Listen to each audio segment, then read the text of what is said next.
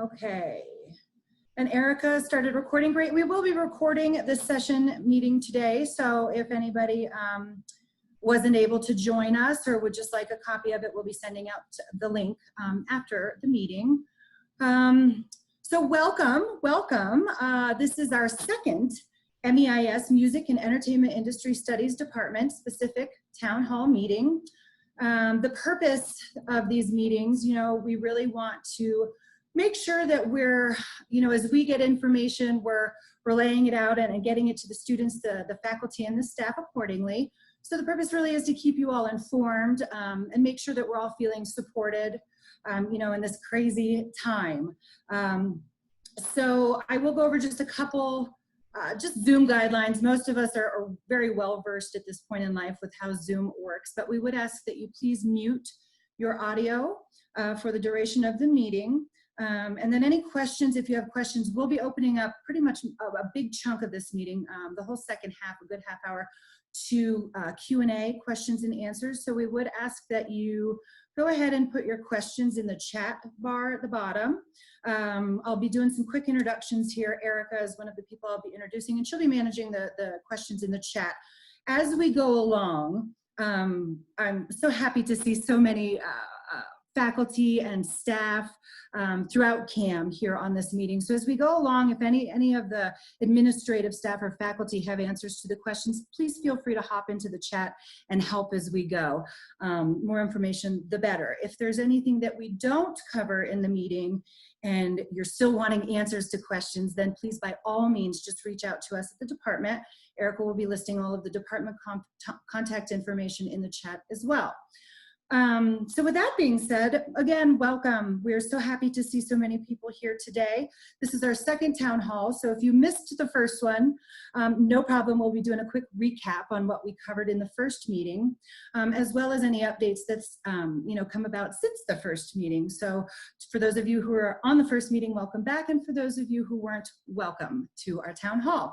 My name is Christy Chambers. I'm better known as Cece, and I am the program manager for the MEIS department. I'll be kind of hosting the meeting today as we go along, keeping us on track for time. We have 1 hour and we'll end at 3 p.m.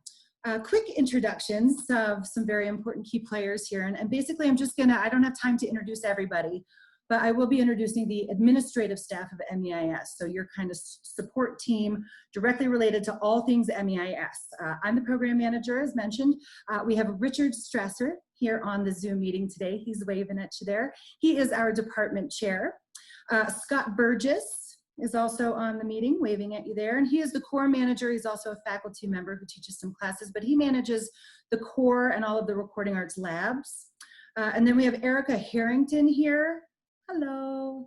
And she is one of our amazing student employees. She's our student employee lead. So she's also a wonderful point of contact for any questions that, maybe you want to direct from a student standpoint. So with that being said, I would turn it over to Richard Strasser, our department chair. Good afternoon, everyone. Welcome and thank you for joining us. Most of you are in anticipation, as well as we are, for the start of the fall semester 2020, which will commence in essentially 2 weeks' time. We had a town hall several weeks ago in which we discussed the protocols and the status of the institution vis-a-vis learning and teaching, and today we're going to go through again the structure and what has happened. Since our last meeting, we've had some changes. We're dealing with definitely a very fluid environment, and we expect that even in the next week or so, we'll see some further changes, some other information that may arise that will require us to be able to meet both the university guidelines and the CDC guidelines, as well as meeting students' requests and faculty requests. The one thing I will do before I start my presentation is to say that our goal at MEIS is education, it is teaching, but primarily we are always concerned, and in the forefront is the safety and health of our students, our faculty, and our staff. So many of our decisions that we make are made in the whole. They're not solely done for individuals, but they're done for our community. And the safety and community of our community is paramount. Having said that, let me open up my presentation, and I will go through essentially the university stance on teaching and safety on campus. So many of you would have seen already in your rosters and your information from the institution, courses are going to be held in one of four formats. The traditional format of on-campus, what we were always used to prior to COVID-19, is just one of these four designations. We have now bifurcated that into essentially two groups. To the far right, you see a designation called hybrid. Hybrid is a model in which we use on-campus and online systems that allows us to present certain types of classes in certain types of spaces. And again, the decision was made via student input, faculty input, university guidelines, and also state and federal guidelines. The two in the center, as you can see, are both online, and they come in two different flavors. We have remote, which is what we call a synchronous online mode. And on the right, we have online, which is an asynchronous mode. So I'm going to go through each one of these individually, and I'm going to highlight some of the courses that you may have in these areas. If your course doesn't appear, I'm only using some samples. Please feel free to contact us at the university. We'll have also resources online that you can get more information on. So remote courses. So remote courses are synchronous. You know, they meet at a specific time and a specific place. So they're very much like our on-campus model. You would meet on a Monday and Wednesday at 11 o'clock in room 103 in the King Center. In this case, you're going to meet at 11 o'clock on a Monday, Wednesday, and we use this hypothetical, but you're going to meet online. And the faculty will teach you through Zoom. They will use Canvas as the platform to load all their assignments and all the course materials, but they also have an ability to Zoom individuals through Canvas.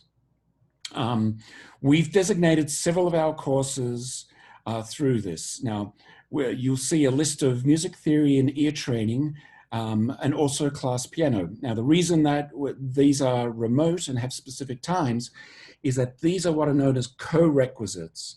You need to take many of these classes at the same time. So you take theory 1, ear training 1, and class piano 1 in the same semester.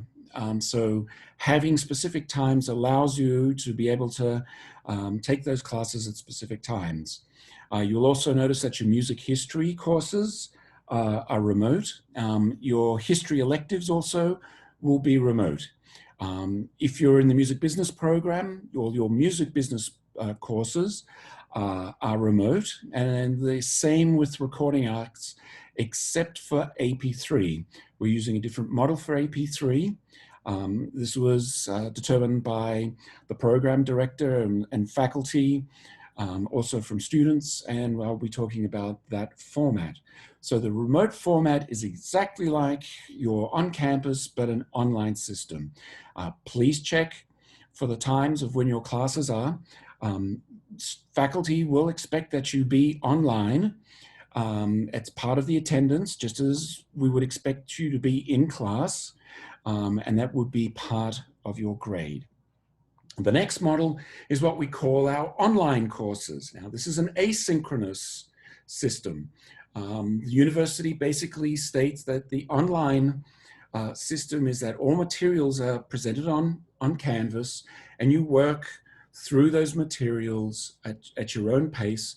A faculty member may have certain times when they will meet with you to go through materials and other such things. However, we're unique in the music department in that we've been given permission to use the online model for our applied lessons. Now, we do this because we have close to 200 different applied lesson times through multiple faculty, multiple instruments. We can't necessarily predict what time and what place a faculty and a student will meet for a lesson time. So we use this system to put our applied lessons on. Now, if you look at the university language in regards to this, it doesn't say that there are Zoom components to this, but if you're taking applied lessons, you will be using Zoom as the platform, and again, most likely through the Canvas portal for these lessons. We have made some changes, and there's a slight change on my list here. Piano is a online course. We just made that change just to give you an idea of the fluidity of how things are changing. We've changed class piano and applied piano to be as online components, and class piano as a remote component. But drums, percussion, and EDI will be on campus. We felt that it was best for these instruments to be on campus, and Todd Reed is joining us, one of the teachers in this area. He'll be working with you on specific rooms and times for those lessons. Hybrid courses were designed to meet the university guidelines and protocols via rooming. And I'm going to explain later and show you why we came to this designation via the university. They're a mixture of both on-campus and online courses.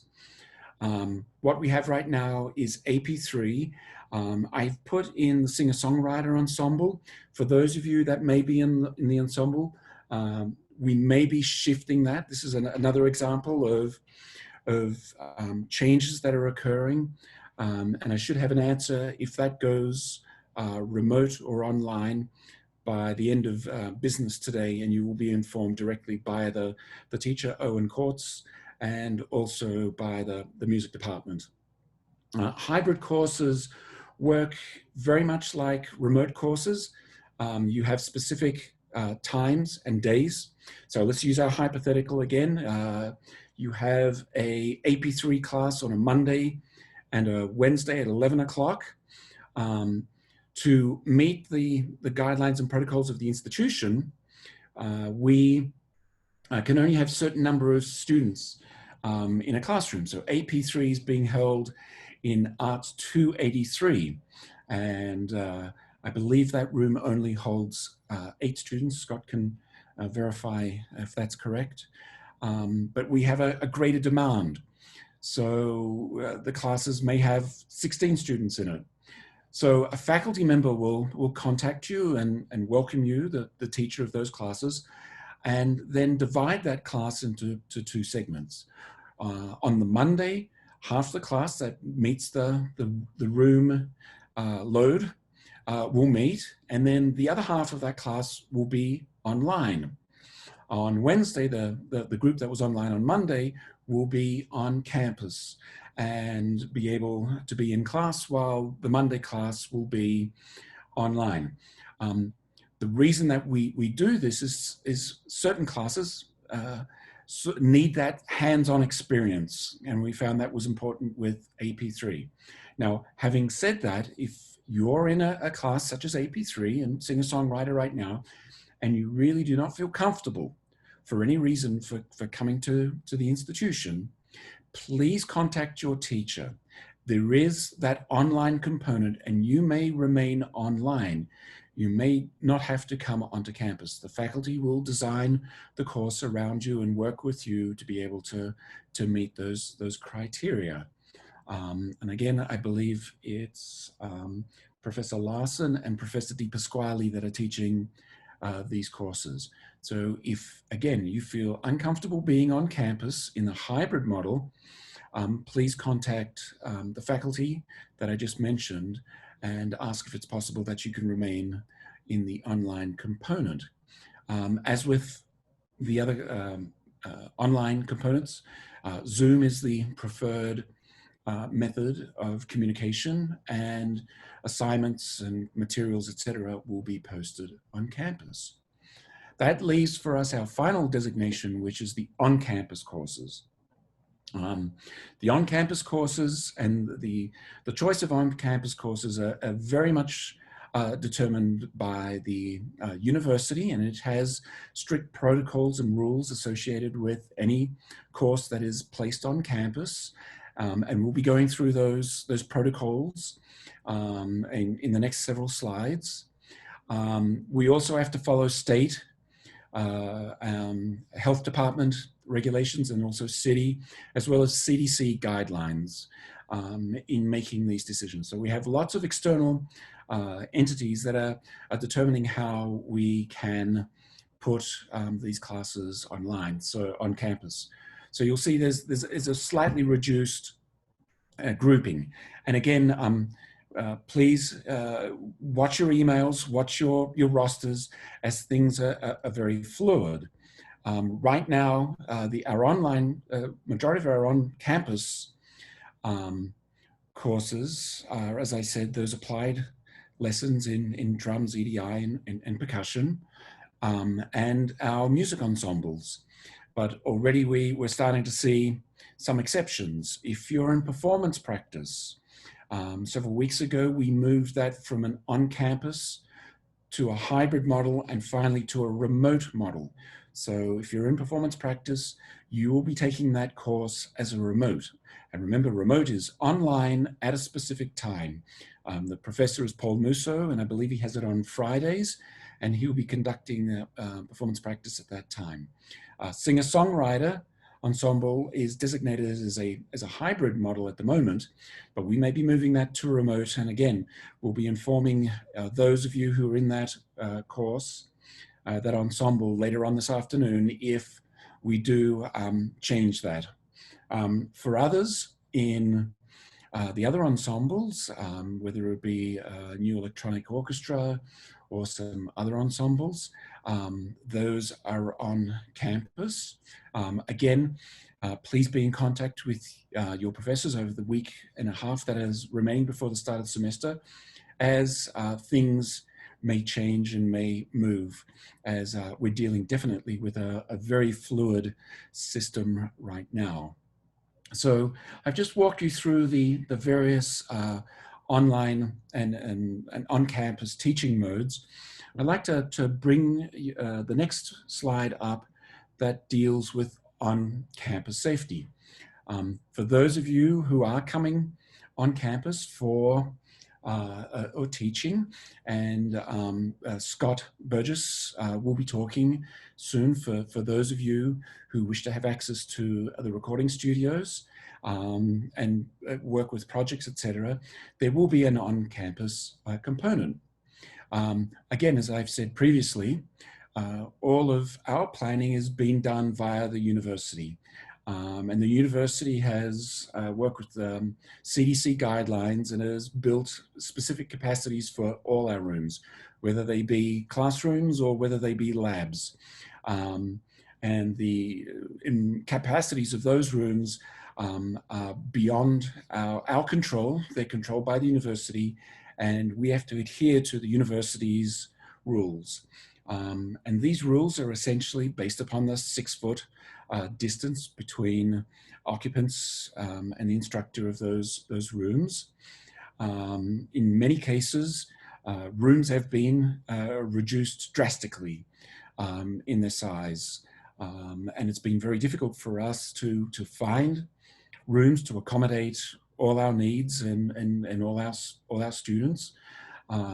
So we've done the best we can. And remember, given that our campus is a three institutional campus, there's Metro and CCD that share our spaces, as well as multiple other colleges within CU Denver. So we're restricted in what we can offer. And I'll show you an example of a room that we've often used. This is North Class 103. For those in music business, and we do return to campus, and eventually we shall. If you're in music business, this will be a familiar room with you. If you're taking marketing or even artist management, we're often placed in this room. And as you can see, it's a standard capacity of 60 students and one instructor. Under CDC guidelines and university guidelines, that room's capacity is now being reduced to 9 students. And as you can see, it makes it very difficult for us to find space to accommodate large rooms and large numbers of students. And we often have to make compromises. Some of those are moving courses to remote. We would definitely love to be where we were in fall 2009, the beginning of 2019, and having everyone on campus. We believe that is one of the best models of teaching. But at the moment we're dealing with certainly a pandemic, and we have to do the very best that we can. And again, our primary drive for making decisions is education, but also the safety of our students, our faculty, and our staff. So as you can see, from a room that we were able to put 60 students in, we're reduced down to 9. So we had to make multiple decisions to meet those guidelines. So if you are coming to campus, you have to follow very strict rules and regulations. Online checking in will require you to go to a screening station. Currently they're at North Classroom and Links Crossing. I'll provide a map to show you where they are. We do believe that the institution will increase different stations as we get to the fall semester. I haven't been given the information of where they are. Again, this is a wonderful opportunity, and Cece and Erica will speak more about this. It's imperative that you constantly check your university email, not your personal email. Everything that we communicate with students, even faculty, if they communicate with you, will be done via the university email that you received. The department also has an email address, and Erica will certainly put that in the chats, so you can communicate with the department and your faculty. And again, the faculty use their university emails, not their personal emails, to communicate with students. And we have a newsletter, and Erica and Cece will talk about that, which we use as a communication tool. Any changes, for example, as stations increase or are relocated or rules change, we'll be in contact with you.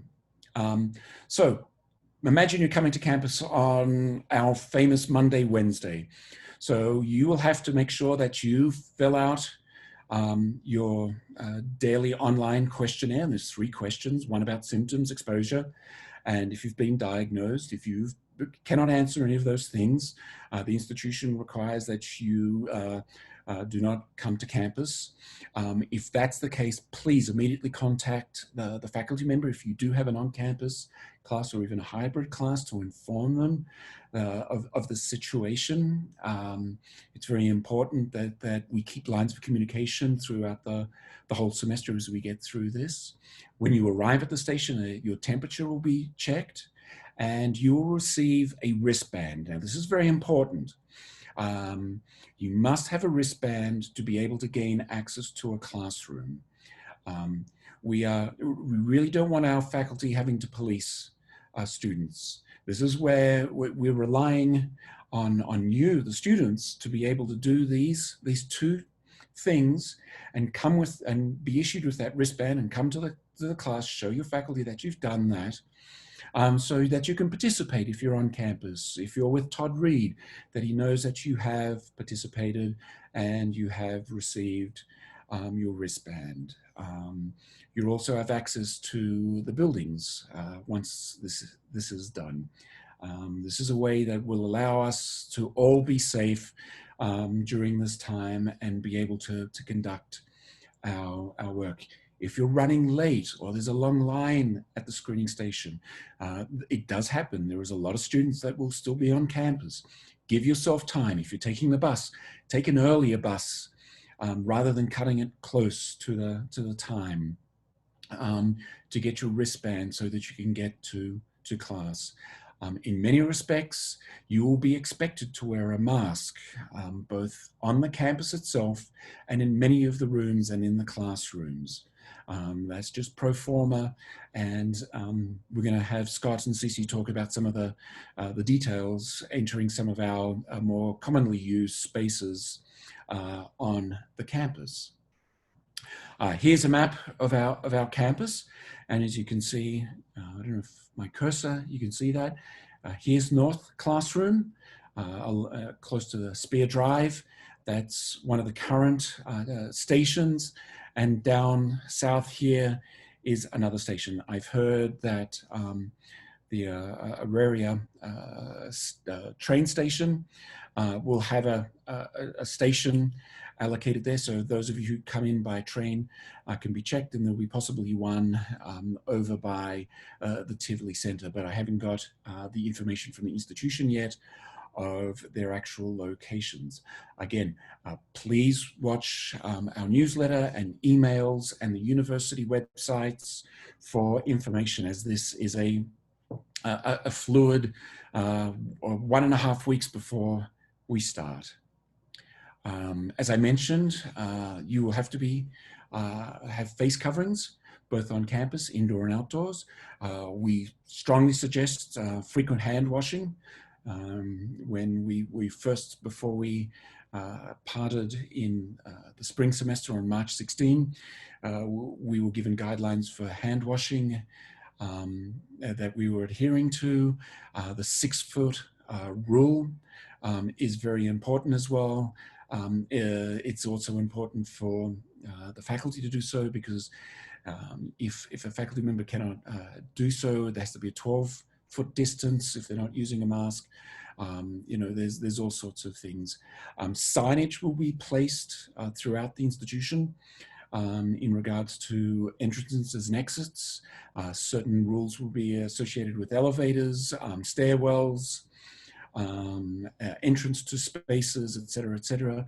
The university's already starting to put those up around the campus as we speak, in preparation for those of you who will be returning to the campus itself.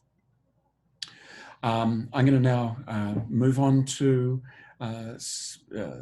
sharing some time with my colleagues. I'm going to start off with Scott Burgess. He's going to be talking about the core. It's an often used space, and I'm going to let him talk about some of the protocol about using the core. Scott. All righty. Yeah, I am, as you might have noticed, on campus. I have my mask, I have my band, I've got my hand sanitizer on the desk. We're ready to roll here. That's what we do. And actually, you know, Richard has talked about this being a very fluid situation, and since I think actually the only person on here that's actually on campus, I can update a little bit of it for you. They're working on establishing a certain reduced set of building hours for which you won't need badge access, which I also keep handy. And then for activities those of you that will be involved in activities outside of those hours, we're working on the badge access part of that. So yes, things are changing quickly, but be aware that we're working hard to keep up on that. And one other thing too is I would recommend bookmarking the University Safe Return website, the overall general one, which will lead you to all these great places that Erica is putting down there. So regarding specifically the core, as I mentioned in the chat box, I've got several of my great student workers working with me right now, getting the rooms ready both for the hybrid classes, for the instruction in some of the things like the EDI and the drums, and also for student use. And I can't say with 100% certainty what exactly is going to happen in a few weeks, because we're still waiting for the unit safe return plan, the document that we prepared, to be approved at all the levels that it has to be approved at to make sure that things can be done safely. Our aim is to make the studios available to the students, and the general parameters would be like one person in a room at a time, or possibly two in some of the larger rooms.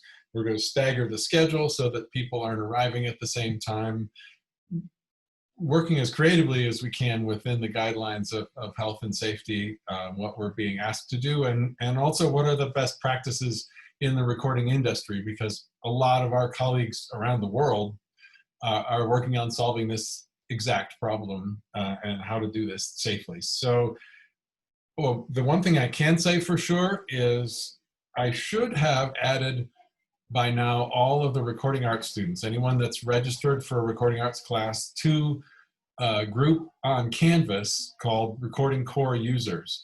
If you don't find yourself in that group, if you don't see that come up on your dashboard in Canvas, drop me a note. I'll make sure you get added in there. That's going to be the place for the up-to-the-minute information for the Recording Core in particular. We're working on equipment issues. We're working on figuring out how to do this as efficiently as possible in terms of requesting spaces, requesting equipment. And frankly, a big part of that is documenting the procedures for how to use the rooms in a more thorough way, so that you're able to solve and answer any questions yourself, which is going to enhance the learning experience. So yeah, I can understand those of you that are uncertain about how this is going to work, learning this topic remotely. We're working not only to make it work, but to work well, and finding the unique advantages of this situation to make this a great semester. So I would encourage you, please drop me either through Canvas messages or email. Don't forget that little initial there. Any questions that you have, shoot them my way. I will answer them as best I can, and watch that Canvas group. And that's pretty much what I know at this point. Fantastic. Thank you, Scott. Another space that we have a lot of access and a lot of people use is Arts 288. It's the main room for our operations. I'm going to pass it over to Cece, who also has some information about entrances and what have you in that space. Yes, hi, thank you so much. As Richard mentioned, the MEIS main administrative office suite is located on the second floor of the Arts Building, room 288. We also have a second faculty suite, 274, but that will be pretty much closed off for just faculty use. So what I'll discuss with you today is going to be specifically in regards to the 288 main administrative office suite.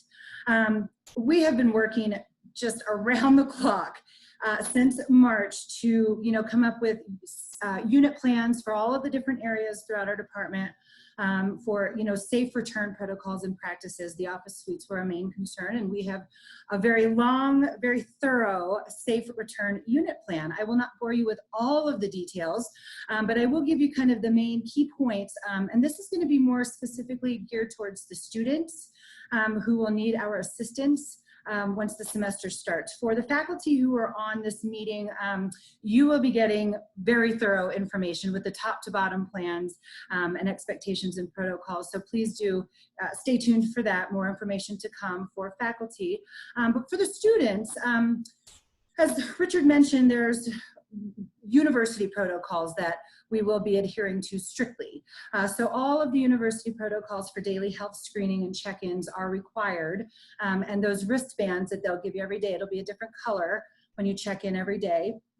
Those will be required to enter our office spaces. Masks also very strictly will be required for our office spaces. If you're not wearing a mask or shoes, you won't be let in. So, and the mask is more important than shoes these days. So masks will be required for all students, faculty, and staff. There will be limited walk-in hours for the administrative office. And I'll back up a little bit and say our office tends to be that spot where you can come to us for pretty much anything you need.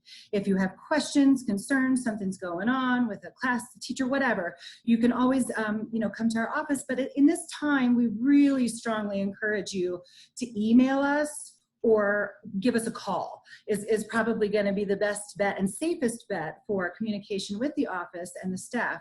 And Erica will list all of our contact information in the chat. But if you do need to stop in the office, we're going to have limited walk-in office hours. Those hours are as follows. We will be open Monday through Friday, 10 a.m. to 2 p.m.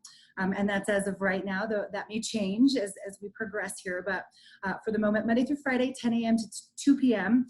There will be a front desk office staff person there to assist you. It'll be a strict one in and one out. So we're only going to allow one person in office at a time. And the front desk staff person will be monitoring that.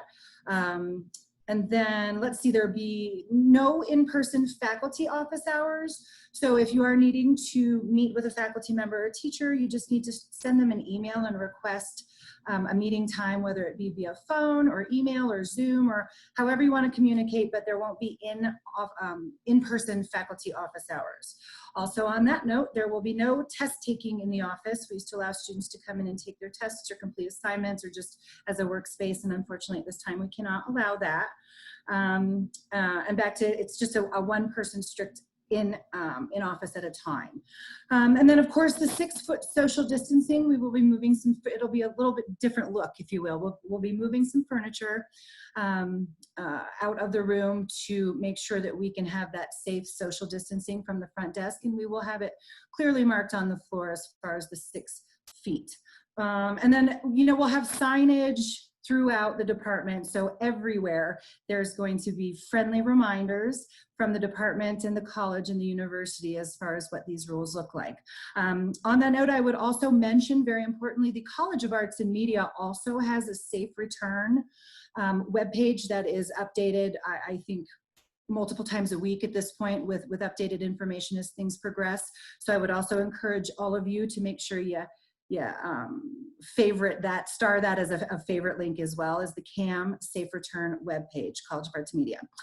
Other than that, all of the safety practices as far as, cleaning, thorough cleaning, sanitizing in between shifts, in between appointments, all of those things will be strictly enforced internally with the staff. So again, if there's any questions or concerns with anything related to administrative staff, offices, protocols or procedures, just contact us. You can contact me directly, Christy Chambers, or the main department contact email, which is meis.dept@ucdenver.edu. Okay, and I think I'll turn it back over to Richard now. And I think what we're going to do is open it up for a Q&A. So many of the questions we've already addressed in the chat bar, but I'll let Erica, our amazing student employee lead, kind of manage the chats in regards to questions for Richard of anything we have not yet covered. So take it away, Erica. Okay, so looking at our first kind of chunk of Q&A, it looks like a lot of this we've gone over in the meeting. Which also, by the way, if I don't address or bring up your question and you don't feel it was properly addressed in the meeting, please feel free to either follow up in the chat or send us an email. I don't want anyone to think that we're purposely skipping anything. So, open communication for everybody. It does look like we had a few follow-up questions on that conversation about AP1. On just some clarification is needed on, is AP1 an option for the spring, and does that have a different format, like Richard, you mentioned having to take AP2 in the summer? How does that work? Yeah, so AP1 usually is taken if you're coming in the fall. It's your first recording arts class. If you're a recording arts major, you take that class during the fall semester. But we understand that sometimes circumstances, we get transfers in the spring, et cetera, et cetera. We really want to build a cohort model. I mean, when you sit in that classroom, you're going to be sitting around people who may be your contemporaries after university. There may be your connections. There may be people who you're going to be working with in the music industry. So we really want our students to work in a group and know those. We don't want them to be so spread over, seniors with juniors, with freshmen, etc. So yes, we have built an AP1 course that takes place in the spring. However, to get you back with your group, if you take it in spring, we ask that you take the AP2 summer course so that when you enter in fall, you're going to be in AP3. You're going to be with essentially your cohorts that came at the same time, so that you continue your education in these same groups. So yes, it's an option. I would suggest, if you're a recording arts major, take it in the first semester.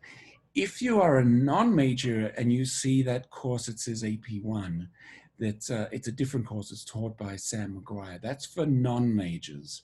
That also occurs both in fall and spring, but it's not the same as the AP1 recording class. Just to make sure that there's a clear designation of that.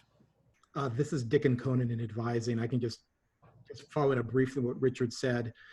You'll see that the AP1, Audio Production 1, is numbered 1541. And it has a co-requisite lab you have to take with it in the fall as well of 1542. Together it's 4 credits. Whereas the second class that Richard was talking about, which is sort of more of a broad introduction to audio production, which you would take if you're a music business or a singer-songwriter or a performance student, that is numbered 1540. And that's called Introduction to Audio Production. Yeah, and that can be taken anytime. Dickon, who you've just met, is one of our fantastic advisors. Cece mentioned the CAM office. He works down at the CAM office. They will be posting also specific times, and we'll have protocol for entrance into that space. That'll be posted via the CAM website. And if you have, again, one thing, if you're a freshman, our advisors are really a life send. They will help you through the program. They will make sure that you keep on track and get your degree. Please meet with your advisors. Our group of advisors are absolutely fantastic. We're really lucky to have them. And thanks again for joining us, Dickon, and clearing that. Absolutely glad to do it. Advisors will mostly be working remotely, but I've been doing Zoom appointments nonstop. And as Richard said, we are expecting to have a front desk presence, very much like Cece will be around in a limited way down in the main office. Our team is we have a lot of advisors helping CAM students. We've got the team here in the College of Arts and Media. We also have a team over at the Center for Undergraduate Exploration and Advising, and they'll actually help you when you're freshmen, but we work hand in hand with them, so it's all good. Fantastic, thank you. All right, Erica, anything else? Yeah, let's see. And I want to thank you both for that. I would definitely like to second, please work with your advisors. I've said this before, I'll say it again. Every semester of college, I have gone at least once to see Dickon or Karen. Everybody over there is wonderful, and it has completely changed my experience. Sometimes there's new courses that pop up or get taken away, or something has to be changed or moved around, and it's just always better to just follow up every semester. It's made my experience way more smooth here. So thank you, advising. We do have a few questions about, and I know we touched on this just a little bit, about practice rooms, about both for piano practice rooms, the drum specific practice rooms. Can we go into that a little bit about in the different buildings and different rooms? Absolutely. And again, practice rooms are on campus, have an on-campus presence. So we are guided by the university and CDC guidelines in using them. For the most part, our practice rooms are very small. The HVAC in those practice rooms is somewhat questionable. It's good, but it's not great. So in that respect, we are closing the practice rooms. If you can practice at home, if you can practice, away from the campus, we strongly recommend that you do that. However, saying that, we will work on a case-by-case basis for those students who really need practice rooms. We'll be setting up very strict guidelines in usage There'll be specific times that you can use it and protocols associated with that. We cannot guarantee the space if we get a large number of people wishing to use those practice rooms. We only have a limited number of practice rooms for usage. We have to monitor them. We have to make sure they're cleaned. We have to make sure that they adhere to various rules. For example, if we use one practice room, well, we'll be closing that one space for the remainder of the day, so we can make sure that the HVAC has an opportunity to clear out the air, et cetera, et cetera. So you can see that we're really working with a limited space. And again, your health and safety and that of our teachers and our staff is paramount. I wish we could offer something greater, but this is what we're working with. Again, we will be setting up protocols and rules and guidelines for usage. But if you can help us by practicing at home, we ask that you do that. And we'll be able to, if not, we'll be able to talk to you and try to accommodate your need. Definitely. Okay, thanks, Richard. A couple more questions about classes. Some students are concerned about classes like piano classes and struggling with showing their instructors like their actual hands while they're playing and things like that. Do you have any advice or recommendations for that, or can maybe communicate with faculty on that? Yeah, our piano faculty have gone through one iteration. Last semester, we were fully remote with piano. The person, if you have really any questions with, is Professor Johnny Sterling. He heads up the piano area. He'll be able to help you with some specifics. We understand some of you may not have a piano. We're purchasing a few pianos. If you do have a keyboard at home that's suitable, please use that. It'll help everyone. And remember, as I've mentioned with practice rooms and everything, lines of communication are really important. Please contact us. Please keep in communication with us. We're trying to accommodate. Remember, we're a department of 600 students.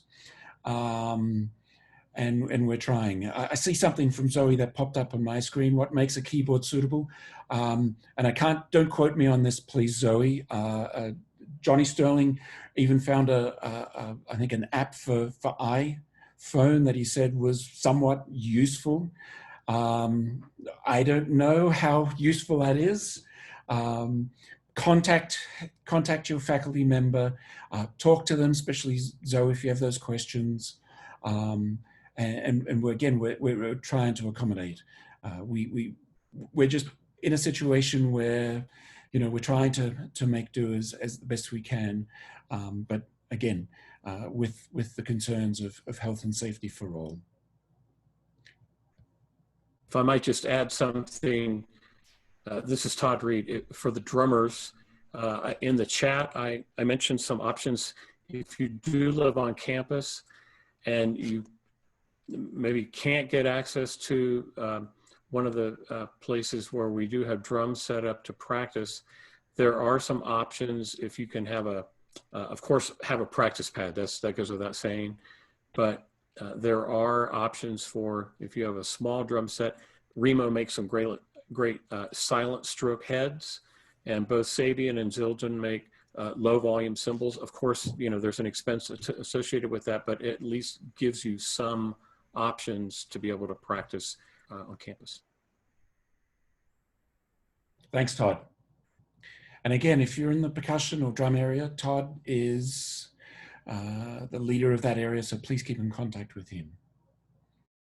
And on that, somebody had asked in the chat, Todd, if you wouldn't mind, do you have any comments or thoughts on ensembles for the semester? That someone had asked specifically for your thoughts on that, how ensembles are going to go, and if you have any advice on that. The person that did ask it is in a mobile device ensemble with me.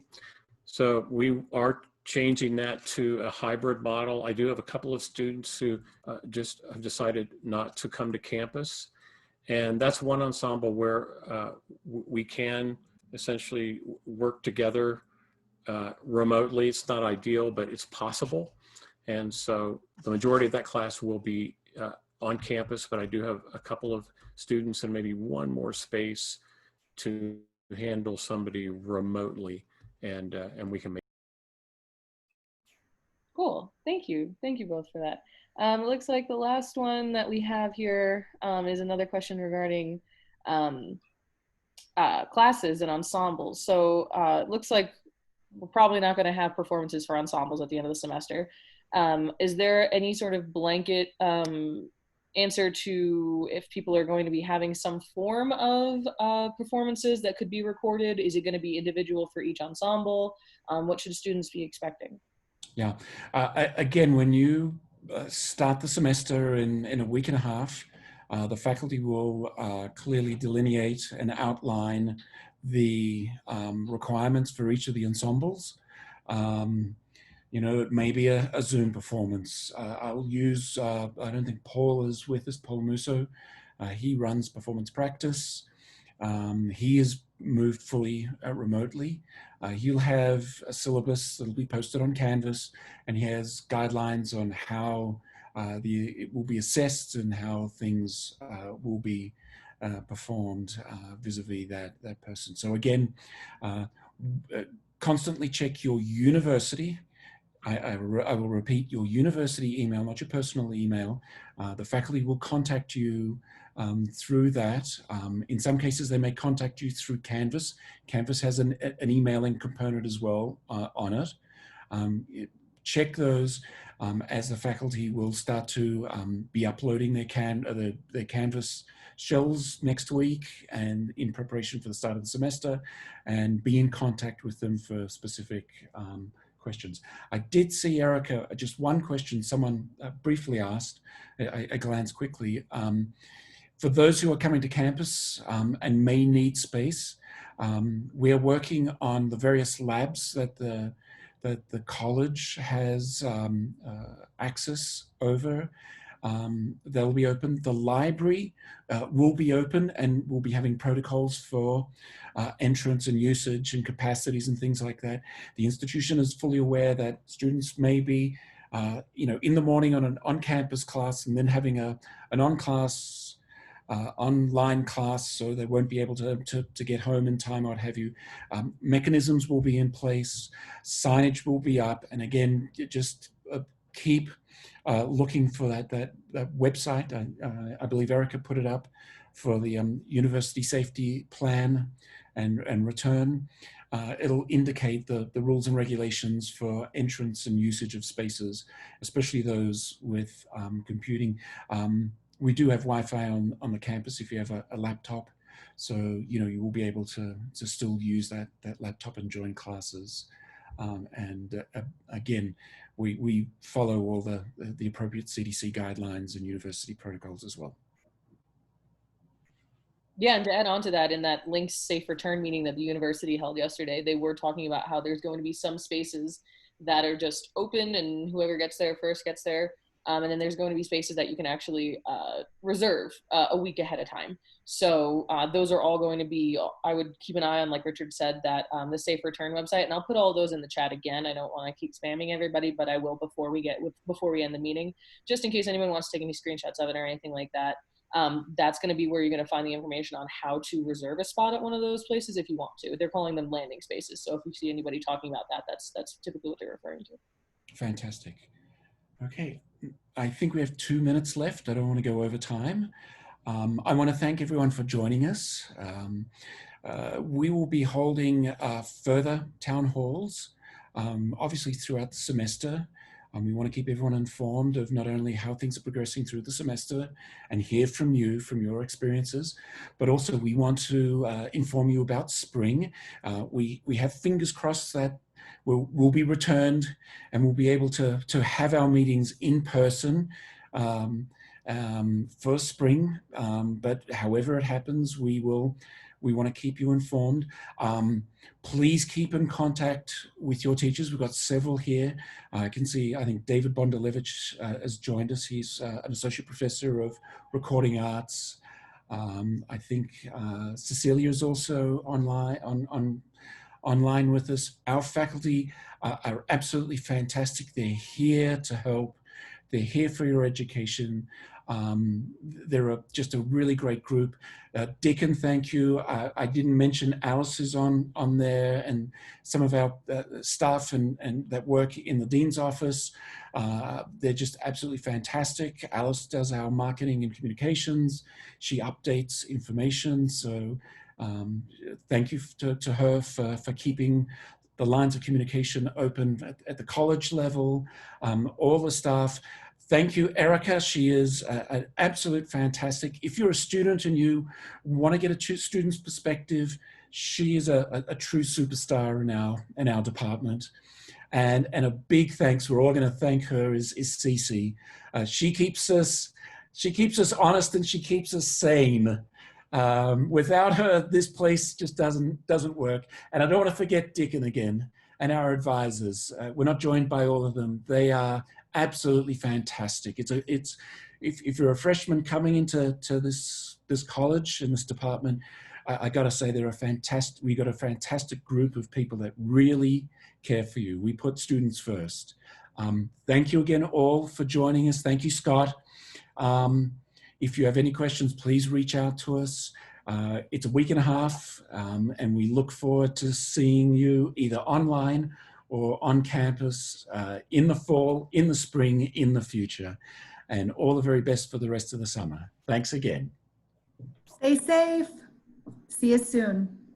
Be well. Thanks, Richard, Cece, and everybody. Thanks, Todd. Thanks, David. Thanks, Leah. Okay, Eric.